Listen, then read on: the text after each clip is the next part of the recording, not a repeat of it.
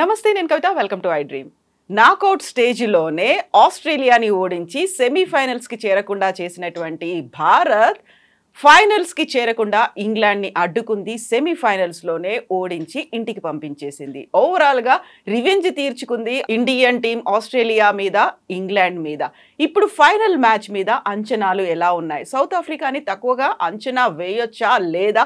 ఓవరాల్గా Indian team performance ఎలా ఉంది? మనతో పాటుగా ఉన్నారు sports analyst, cricket commentator Venkatesh గారు. వెంకటేష్ గారు, నమస్కారం అండి. ఒక ఎక్సైట్మెంట్ అనేది లాస్ట్ 2 మ్యాచ్ల్లో కనిపించింది. అటు ఆస్ట్రేలియాని ఇంటికి పంపించింది, ఇంగ్లాండ్ని ఆ ఫైనల్స్కి రాకుండా చేసింది ఇండియన్ టీం. ఒక ఎమోషనల్ సీన్ అయితే విరాట్ కోహ్లీ, రోహిత్ శర్మ వీళ్ళలో కనిపించింది. ఓవరాల్గా గతంలో ఎవరైతే సీనియర్స్గా ఉన్నారో మీకేమనిపించింది ఈ 2 పర్ఫార్మెన్సెస్లో, 2 మ్యాచ్ల్లో? ఎక్స్ట్రాడినరీ ఎఫర్ట్ అండి. ఎందుకంటే అక్కడ కండిషన్స్ మనకి సూట్ కాలేదు, టాస్లు ఓడిపోతున్నాం అయినా సరే ఓపెనింగ్ పార్ట్నర్షిప్ రావట్లేదు, విరాట్ కోహ్లీ కంటిన్యూస్గా ఫెయిల్ అవుతున్నాడు.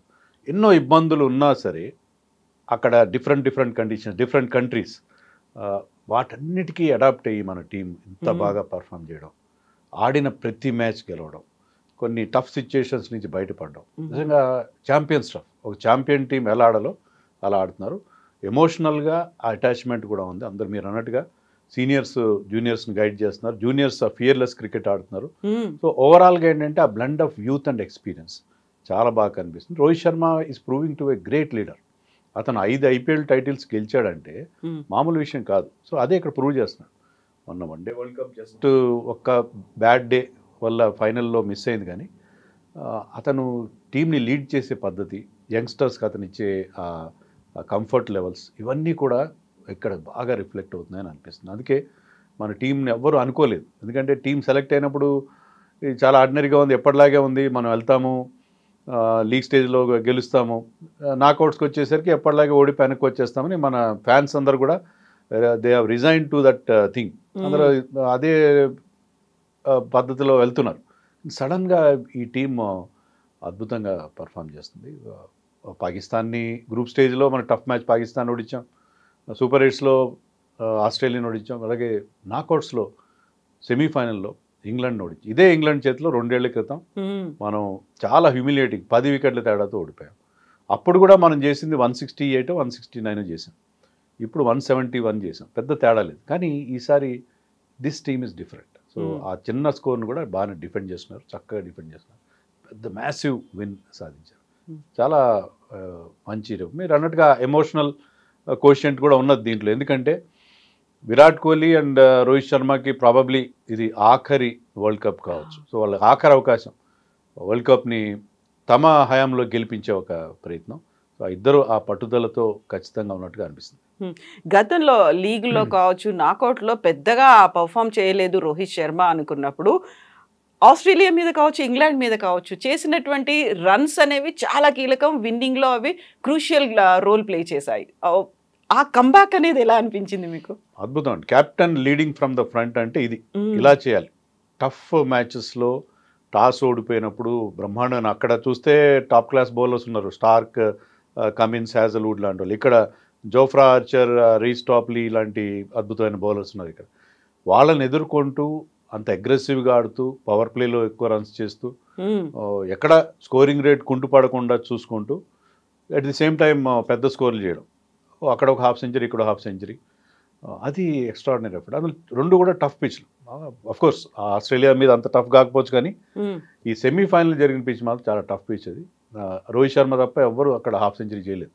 సో అలాంటి ఒక పిచ్ పైన అతను ఆడిన తీరు, టీంని గైడ్ చేసిన, విరాట్ కోహ్లీ ఎర్లీగా అవుట్ అయ్యాడు, రిషబ్ పంత్ తొందరగా అవుట్ అయ్యాడు, అయినా సరే ఎక్కడ కూడా స్కోరింగ్ రేటు తగ్గలేదు.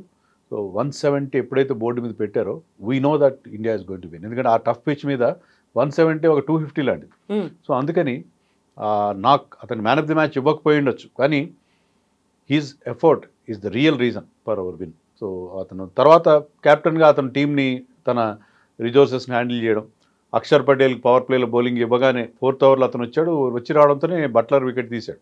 సో అతను తీసుకున్న నిర్ణయాలు కానీ, కెప్టెన్గా టీంని అతను గైడ్ చేసిన విధానం, so it was out and out Rohit Sharma effort. అటు ఆస్ట్రేలియా మీద విజయంలో కానీ, ఇటు ఇంగ్లాండ్ మీద విజయంలో కానీ.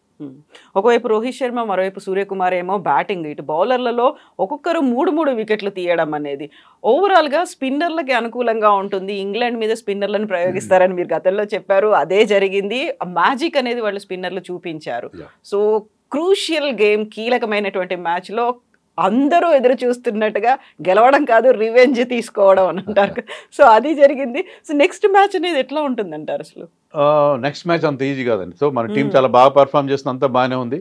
బ్యాటింగ్లో బౌలింగ్లో మనకి హీరోస్ ఎమర్జ్ అవుతున్నారు, ఎవ్రీథింగ్ ఈజ్ ఫైన్.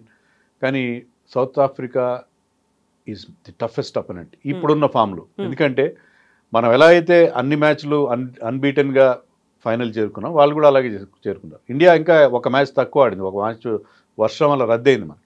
కానీ వాళ్ళు అలా కాదు, 4 మ్యాచ్లు గ్రూప్ స్టేజ్లో గెలిచారు, సూపర్ 8లో 3 మ్యాచ్లు గెలిచారు. సెమీఫైనల్లో ఆఫ్ఘనిస్తాన్ లాంటి ఒక ఎమర్జింగ్ టీంని చిత్తుగా ఓడించారు. So they have won 8 matches in a row. 8 match, మనం 7 మ్యాచ్లు గెలిచాం, వాళ్ళు 8 మ్యాచ్లు గెలిచారు. 8 కూడా టఫ్ మ్యాచెస్ గెలిచారు, టఫ్ గ్రూప్లోంచి వచ్చారు వాళ్ళు. సో ఆ టీం ఏంటంటే గతంలో వాళ్ళకి చోకర్స్ అని ఒక ట్యాగ్ ఉంటుంది వాళ్ళకి, ఎప్పుడు ఏంటంటే టఫ్ సిచ్యుయేషన్లో చేతులు ఎత్తేస్తారు. కానీ వాళ్ళు గెలిచిన మ్యాచ్లు ఎక్సెప్ట్ సెమీఫైనల్ అన్నీ కూడా చాలా చాలా నేరో విక్టరీస్ ఉన్నాయి, అన్ని థ్రిల్లింగ్ మ్యాచ్లు, లాస్ట్ ఓవర్ ఫినిషెస్ చాలా ఉన్నాయి. సో వాళ్ళు ఇప్పుడు దాని నుంచి బయటపడ్డారు. They are not choking anymore అనేది మనకి అర్థమవుతుంది. అండ్ వాళ్ళ bowling attack probably the best in this world cup. India bowling బాగుంది, బుమ్రా ఉన్నాడు, కుల్దీప్ ఉన్నాడు, అక్షర్, హర్షదీప్ అందరూ బాగా బౌలింగ్ వేస్తున్నారు. బట్ స్టిల్ వాళ్ళకి 5 గన్ బౌలర్స్ ఉన్నారు. అది కగిసో రబాడ కావచ్చు, మార్క్ యాన్సన్ కావచ్చు, ఆండ్రిక్ నోకియా, వాళ్ళ spinners Maharaj, Keshav Maharaj and Tabraiz Shamsi. So 5 ఎవరు తీసుకోని బౌలర్స్ ఉన్నారు వాళ్ళకి. సో వాళ్ళది బెస్ట్ బౌలింగ్ అటాక్. సో ఆ బౌలింగ్ అటాక్ వాళ్ళ బ్యాటింగ్లో కూడా మొదట్లో కాస్త తడబడిన డికాక్ ఫామ్లోకి వచ్చాడు, వాళ్ళ కెప్టెన్ మార్క్రమ్ ఫామ్లోకి వచ్చాడు. హెన్రిక్ క్లాసన్ మనకి ఐపీఎల్లో సన్ రైజర్స్ మన హైదరాబాద్ టీంకి ఆడతాడు. స్పిన్ బౌలింగ్ అద్భుతంగా, ప్రపంచంలో స్పిన్ బౌలింగ్ ఆడడంలో అతన్ని మించిన ప్లేయర్ లేడు.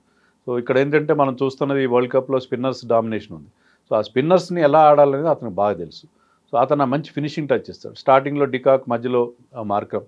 సో వాళ్ళ బ్యాటింగ్లో బౌలింగ్లో అన్నిట్లో కూడా they are very very strong. So ఏ మాత్రం వాళ్ళు తక్కువగా అంచనా వేయడం లేదు. ఒకటి ఏంటంటే వాళ్ళు ఎప్పుడు ఏ ఫైనల్ ఆడలేదు, ఫస్ట్ టైం ఒక వరల్డ్ కప్ ఫైనల్ ఆడుతున్నారు. So world cup final first time ఆడుతున్నారు కాబట్టి దాని తాలూకు ఆ నర్వస్నెస్ అన్నీ వాళ్ళకు ఉండే అవకాశం ఉంది. అదొక్కటే తప్పిస్తే మీరు మ్యాన్ టు మ్యాన్ స్ట్రెంత్ తీసుకుంటే ఇండియాకి ఏ మాత్రం తీసుకోరు. సో ఇప్పుడు మనం అన్ఎక్స్పెక్టెడ్గానే సౌత్ ఆఫ్రికా వస్తుందని ఎవరు కూడా అనుకోలేదు. ఎక్స్పెక్టెడ్ సంథింగ్ ఎల్స్, ఇంకోటి ఏదో అవుతుంది అనుకున్నప్పుడు ఈ ఫైనల్ మ్యాచ్లో మన ఇండియన్ టీంకి సంబంధించి గతంలో ఇండియా వర్సెస్ సౌత్ ఆఫ్రికా మ్యాచ్లు ఉన్నప్పుడు ఎలా ఉండింది? అంటే ఇంత పెద్ద స్టేజ్లో మనం ఎప్పుడు వాళ్ళని ఫేస్ చేయలేదు. గతంలో మనకి ఏంటంటే ఓవరాల్ రికార్డు తీసుకుంటే వాళ్ళ మీద మనం ఎప్పుడు బాగానే పర్ఫామ్ చేసాం. డిపెండ్స్ ఆన్ ఎక్కడ ఆడేవన్నది. అదే సౌత్ ఆఫ్రికా వెళ్తే వాళ్ళకి అప్పర్ హ్యాండ్ ఎప్పుడూ ఉంటుంది. కానీ మన కండిషన్స్లో వాళ్ళ మీద మనం బాగా ఆడిన సందర్భాలు చాలా ఉన్నాయి. But players like de Kock, Klaasen, వీళ్ళకి ఇండియా మీద చాలా మంచి రికార్డు ఉంది. క్లాసన్ ఎప్పుడు స్పిన్నర్స్ని బాగా ఆడతారు, డికాక్ ఎప్పుడు కూడా ఇండియన్ కండిషన్స్లో చాలా మంచి రికార్డు ఉంది. వరుసగా 3 వన్డే 100s ఇండియాలో చేసిన రికార్డు కూడా ఉంది. సో వాళ్ళు మన కండిషన్స్ అడాప్ట్ అవడంలో మిగతా టీమ్స్ కంటే, ఇంగ్లాండ్ కంటే, ఆస్ట్రేలియా కంటే వాళ్ళు తొందరగా అడాప్ట్ అవుతారు. సో అందుకని ఇక్కడే వెస్టిండీస్లో సేమ్ ఇండియా పిచెస్ లాగానే ఉంటాయి కాబట్టి వాళ్ళతో మనకి అన్ని రకాలుగా టఫ్గానే ఉండే అవకాశం. సో ఇప్పుడు మనకు ఆఫ్ఘనిస్తాన్ మీద జరిగిన మ్యాచ్లో ఆఫ్ఘనిస్తాన్ వస్తుంది అనుకుంటే ఆల్మోస్ట్ 56కే ఆల్అవుట్ చేసేశారు. ఆ తర్వాత అన్ఎక్స్పెక్టెడ్గా అక్కడ వచ్చింది. వాళ్ళ మ్యాజిక్ అనేది ఎలా ఉంటుంది, వాళ్ళు గేమ్ ప్లాన్ అనేది ఎలా ఉంటుంది అనుకుంటున్నారు మీరు? వాళ్ళు చాలా అగ్రెసివ్గా వెళ్తున్నారు. వాళ్ళకి మంచి ఫాస్ట్ బౌలర్స్ ఉన్నారు. ఒకవేళ పిచ్ కనుక ఫాస్ట్ బౌలర్స్కి అనుకూలిస్తే వాళ్ళకి తిరుగుండదు. సో మనకి బుమ్రా ఉన్నాడు, బట్ బుమ్రా మినహాయిస్తే హార్దిక్ పాండ్యా, హర్షదీప్ సింగ్ ఆ స్థాయిలో లేరు. కానీ వాళ్ళకంటే Rabada, Nokia and mark Jansen 6 అడుగులు 8 అంగుళాల పొడుగుంటాడు. సో అతను height and left arm pacer. అతను వీళ్ళిద్దరికి మంచి పేస్ ఉంది, రబాడా అండ్ నోకియా. సో వాళ్ళ ముగ్గురి కాంబినేషన్ చాలా చాలా డేంజర్. సో పిచ్ మనకి మ్యాచ్ జరిగే బార్బడోస్లో అంత ఫాస్ట్ బౌలర్స్కి హెల్ప్ అయితే లేదు. అది కొంతవరకు మనకి హెల్ప్ఫుల్గా ఉండే అవకాశం ఉంది. బట్ స్పిన్నర్స్కి అక్కడ కూడా హెల్ప్ ఉంటుంది. సో ఏ రకంగా చూసుకున్నా టఫ్గానే ఉంటుంది, అంత ఈజీ అవుతుందని నేను అనుకోను. సో శివం దూబే నిన్న కూడా ఫెయిల్ అయిపోయారు. ఆ తర్వాత అనుకున్నంతగా జడేజా కావచ్చు, హార్దిక్ పాండ్యా ఇలాంటిది నిన్న కనిపించలేదు. So next match, final match, ఒక బిగ్ మ్యాచ్. అప్పటికి టీం అంతా అలాగే ఉంటుంది అనుకుంటున్నారా? ఏమైనా ప్రయోగాలు మార్చడాలు ఉంటాయా? ఇప్పుడు ప్రాబ్లం ఏమైందంటే మనం ఇంతవరకు ఆడిన మ్యాచ్లో ఒకే ఒక మార్పు చేసాం. అదేంటంటే న్యూయార్క్లో, అమెరికాలో ఆడినప్పుడు గ్రూప్ స్టేజ్లో ఒక ఎక్స్ట్రా పేసర్ సిరాజ్ని ఆడించాం. ఎప్పుడైతే మనం వెస్టిండీస్లో మ్యాచ్లు ఆడుతున్నాం, అక్కడ స్పిన్ పిచ్లు ఉన్నాయో, సిరాజ్ ప్లేస్లో కుల్దీప్ యాదవ్ అని ఆడిస్తున్నాం. అది మినహాయించి జట్టులో ఎలాంటి మార్పులు జరగలేదు. But he's doing really well కదా Kuldeep. Kuldeep Yadav is wonderful bowler. మన తురుపు మొక్క యాక్చువల్గా వికెట్ టేకింగ్లో బుమ్రా కంటే కూడా ఎక్కువ వికెట్లు తీసే పరిస్థితి ఆడిన మ్యాచ్లు, నెంబర్ ఆఫ్ మ్యాచెస్ ప్రకారం చూస్తే. బట్ ఇప్పుడు ఏమైందంటే మీరు ఇన్ని రోజులు ఆడని ప్లేయర్ని ఒకరిని తీసుకొచ్చి ఫైనల్ ఆడిస్తే అతనికి మ్యాచ్ ప్రాక్టీస్ లేదు, ఏం చేయాలి? శివం దుబే టోటల్గా డిసప్పాయింట్ చేస్తున్నాడు. అతన్ని నిన్న కూడా మ్యాచ్లో మనం చూస్తే సెమీఫైనల్లో చాలా లేట్గా పంపించారు బ్యాటింగ్కి. అతని ముందు జడేజా వచ్చాడు, హార్దిక్ పాండ్యా వచ్చాడు. యాక్చువల్లీ ఈ షుడ్ బ్యాట్ ఎట్ నెంబర్ 5, కానీ అతను నెంబర్ 7లో బ్యాటింగ్ వచ్చాడు. ఫస్ట్ బాల్కి అవుట్ అయిపోయాడు. అంతకుముందు మ్యాచ్లో కూడా అతనికి ఇచ్చిన రోల్ ఏంటంటే స్పిన్నర్ల మీద సిక్సర్లు కొట్టాలి, మంచి స్ట్రైక్ రేట్తో స్పిన్నర్స్ మీద ఎదురుదాడి చేయాలి. ఆ స్ట్రైక్ రేట్ రావట్లేదు, సిక్సర్లు కూడా రావట్లేదు. ఇప్పుడు ఏం చేయాలి? ఇప్పుడు సడన్గా వేరే వాళ్ళని పిక్చర్లోకి తేవాలా? ఇక్కడ ఇండియాకి 2 ఆప్షన్స్ ఉన్నాయి. ఒకటి ఏంటంటే సంజు శాంసన్ని తీసుకురావడం. Sanju Samson lower down the order బాగా ఆడతాడా లేదా అనేది ఒక సందేహం. లేదా యశస్వి జైస్వాల్ని ఓపెనర్గా పెట్టుకోవాలి. విరాట్ కోహ్లీ ఓపెనర్గా ఫెయిల్ అవుతున్నాడు. సో విరాట్ కోహ్లీ ఓపెనర్గా ఫెయిల్ అవుతున్నాడు, యశస్వి రోహిత్ శర్మ ఓపెన్ చేసి విరాట్ కోహ్లీ తన నెంబర్ 3 ప్లేస్లో వస్తే ఎలా ఉంటుంది? అప్పుడు మళ్ళీ విరాట్ కోహ్లీ ఫామ్ అందుకునే అవకాశం ఉంది. విరాట్ కోహ్లీ అయితే టీంలో ఉంటాడు. చాలామంది ఏమంటున్నారంటే, మీరు శివం దూబే గురించి అడిగారు, మరి విరాట్ కోహ్లీ కూడా ఫెయిల్ అవుతున్నాడు కదా Virat Kohli, because is Virat Kohli. Even నిన్న మ్యాచ్ తర్వాత కూడా రోహిత్ శర్మ ఏం చెప్పాడంటే, విరాట్ కోహ్లీ ఫామ్ విషయంలో నాకు ఎలాంటి వరీ లేదు, ఈ backed his senior player and బహుశా అతను తన బెస్ట్ ఇన్నింగ్స్ ఫైనల్ కోసం దాచిపెట్టుకున్నాడేమో అని కూడా అన్నాడు. సో దాని ప్రకారం చూస్తే ఏంటంటే విరాట్ కోహ్లీ ఓపెన్ చేస్తాడని మనం ఎక్స్పెక్ట్ చేయాలి. ఆ ఆప్షన్ కూడా ఉంటుంది India. Left right combination, Yashasvi Jaiswal left hander, left right combination ఎప్పుడు ఓపెనింగ్లో బాగుంటుంది. సో కానీ విరాట్ కోహ్లీ నెంబర్ 3లో ఆడిస్తే మిగతా వాళ్ళందరూ ప్లేస్లు మారిపోతాయి. Pant will become number 4. Pant is doing very well at number 3. Pant number 4 అయిపోతాడు, సూర్యకుమార్ నెంబర్ 5 అయిపోతాడు. మొత్తం బ్యాటింగ్ ఆర్డర్ అంతా మారిపోతుంది. సో ఒక్కరి కోసం మొత్తం అంతా మార్చే పరిస్థితి ఉంటుంది. సో ఇప్పుడు కొత్త ప్లేయర్ని తీసుకురావాలా, లేకపోతే శివం దుబేని కంటిన్యూ చేయాలా? శివం దుబే మీద టీం కూడా కాన్ఫిడెన్స్ లేదన్న కారణం ఏంటంటే అతను బ్యాటింగ్లో చాలా వెనక్కి పంపించారు. అతను he's not a good fielder also, fielding కూడా సరిగ్గా చేయడం. సో ఇవన్నీ ఫ్యాక్టర్స్ చూస్తుంటే శివం దుబేని ఒక్కటే రీప్లేస్ చేస్తారు, అది సంజు శాంసన్తోనే చేస్తారు అన్నట్టుగా మనకు అనిపిస్తుంది. Virat Kohli might continue to open the innings అని మనం అనుకోవాలి. సో కొన్ని గంటల్లోనే ఫైనల్ మ్యాచ్ అనేది ఉంది. ఎప్పటి నుంచో ఎదురు చూస్తున్నారు, మళ్ళీ కప్పు కొట్టాలి, 10 ఏళ్ల తర్వాత T20 వరల్డ్ కప్ అనేది భారత్ చేతిలో ఉండాలి, టీం గెలుచుకోవాలి అనుకున్నప్పుడు అక్కడ ఉన్నటువంటి పిచ్ ఎవరికి అనుకూలంగా ఉంటుంది, దేనికి అనుకూలంగా ఉంది అసలు? ఇప్పుడు మనం ఇక్కడ చాలా బ్యాడ్ పిచెస్ చూసాం, దారుణమైన పిచెస్ చూసాం. ముఖ్యంగా Afghanistan south Africa semi-final pitch అయితే 56కి ఒక ఇంటర్నేషనల్ టీం అవుట్ అవడం అంటే చాలా దారుణమైనది. ఈవెన్ మన ఇండియా సెమీఫైనల్ కూడా పిచ్ ఏమాత్రం బాగాలేదు. కానీ బార్బేడస్లో మనం చూసింది ఏంటంటే ఓవరాల్గా కాస్త బెటర్ పిచ్ ఉంది. అటు బౌలర్స్ కొంత హెల్ప్, బ్యాట్స్మెన్ కొంత హెల్ప్ ఉండే పిచ్ ఉంది. So it is a good sporting వికెట్గానే మనం చెప్పుకోవాలి. బ్యాట్స్మెన్ కొంత హెల్ప్ ఉంటుంది, స్పిన్నర్స్కి కొంత అవకాశం కూడా ఉండే అవకాశం ఉంది. గ్రౌండ్ సైజ్ కూడా reasonable ground. So I think అక్కడ మనం ఒక reasonable contest between bat and ball, అది కదా మనం క్రికెట్లో కోరుకునేది ఏంటంటే అటు బ్యాటింగ్ డామినేట్ చేయకూడదు, బౌలింగ్ డామినేట్ చేయకూడదు. సో ఇది గుడ్ పిచ్గానే ఉంటుంది అని ఎక్స్పెక్ట్ చేస్తున్నాను. వెదర్ ఫోర్కాస్ట్ కూడా అక్కడ బెటర్గా ఉన్నట్టుగా మనకు అనిపిస్తుంది. ఎందుకంటే నిన్నటిది సెమీఫైనల్ మ్యాచ్ అవుతుందా లేదా అని చాలా సార్లు బ్రేక్ అయింది, సస్పెండ్ అయింది, ఇవన్నీ అయిన తర్వాత ఎన్ని ఇంటర్వ్యూస్ తర్వాత వచ్చినటువంటి విజయం. మిగతా విషయాల కంటే కూడా అందరూ వెదర్ మీదే దృష్టి పెట్టారు. అవును. సో అలాంటి కండిషన్స్ లేకుండా అనుకున్నట్టుగా ఒక ఫెయిర్ గేమ్ అనేది కావాలి అండ్ ఐ ఫీస్టింగ్గా ఉండాలి. ఒకటేంటంటే చాలామంది ఇండియన్ ఫ్యాన్స్ కూడా సౌత్ ఆఫ్రికా గెలిచిన పెద్దగా బ్యాడ్గా ఫీల్ కాదు. ఎందుకంటే సౌత్ ఆఫ్రికా ఎప్పటి నుంచో వాళ్ళు ట్రై చేస్తున్నారు. వాళ్ళకి ఒకే ఒక టైటిల్ 1996లో ఐసీసీ నాకౌట్ టోర్నమెంట్ అని ఒకటి గెలిచారు. అది మినహాయిస్తే వాళ్ళు ఇంతవరకు ప్రతిసారి వాళ్ళకి డిసప్పాయింట్మెంట్. ఫైనల్ సెమీఫైనల్ దాటమే ఇది మరుస్తారు వాళ్ళు. సో సౌత్ ఆఫ్రికా వచ్చినా కూడా పర్వాలేదు అన్నట్టుగా మన ఫ్యాన్స్ అనుకుంటున్నారు. But let us hope that Indian team will win this match.